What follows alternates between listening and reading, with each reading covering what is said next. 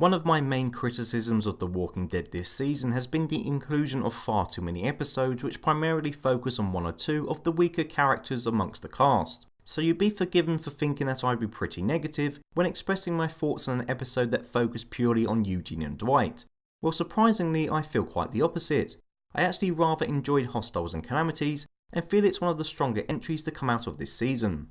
After repeatedly moaning about the cast being separated for long periods, they finally came back together just in time for the mid-season break, and the 2 episodes prior to this week's have focused on a much larger group of characters than the rest. However, I feel as though these 2 episodes have been pretty dire, partly due to the fact that they have been plagued with awful dialogue, gaping plot holes and bad writing. Truth be told, after seeing a herd of walkers being slaughtered by a steel wire strapped between 2 cars, and witnessing the introduction of a ridiculous new group who have even more ridiculous haircuts, going back to an episode primarily set at the Saviour's compound felt kind of more grounded and normal in comparison, and as a result I was able to take this installment much more seriously than those preceding it. This week we follow the exploits of Eugene as he arrives at the Saviour's camp, as well as the consequences of Daryl's escape on Dwight. I felt that Eugene was brilliant throughout this episode. It was interesting to see the contrast between his and Daryl's reaction to being captured. Whereas Daryl constantly refused to give in to Negan, by the end of the episode Eugene had fully committed himself to the cause, so much so he now seems to be in almost equal standing with Dwight.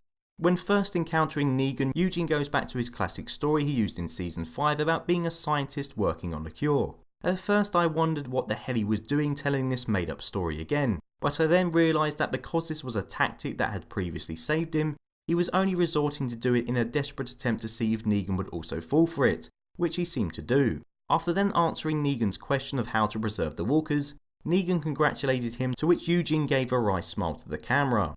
Including this moment, there are a few genuine instances this episode where Eugene seems to be enjoying himself. We see him having fun with Negan's wives, as well as seemingly relishing the power and status afforded to him by Negan.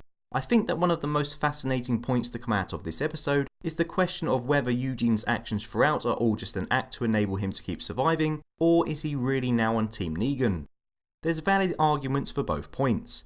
We all know that Eugene has lied in the past for his own personal gain, so it could be the case that he's doing the same now. In addition, it's hard to believe that Eugene would simply forget about the deaths of Abraham and Glenn, and would become Negan's best buddy unless he was doing it as some kind of ploy.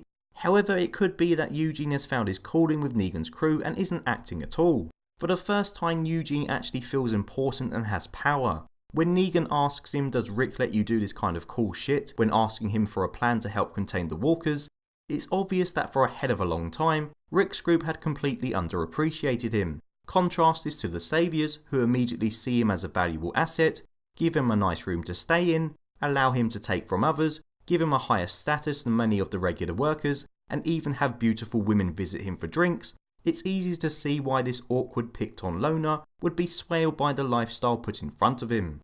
It's an interesting development for the character, and I honestly can't predict which way Eugene is going to go.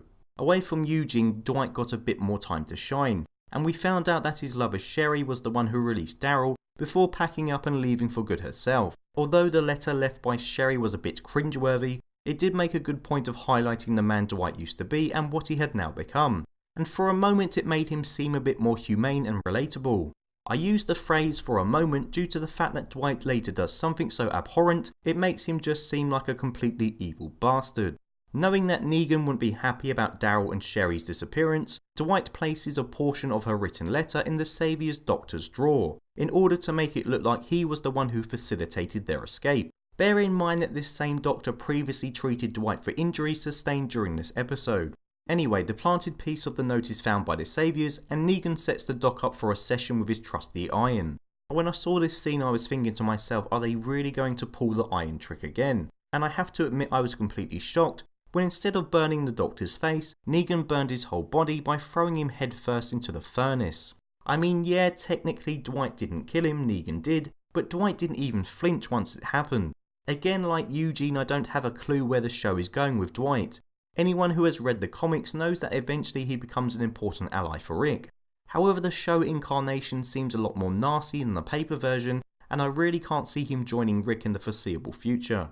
I never thought I would say this, but The Walking Dead may just have well made Eugene and Dwight two of the most interesting characters on the show.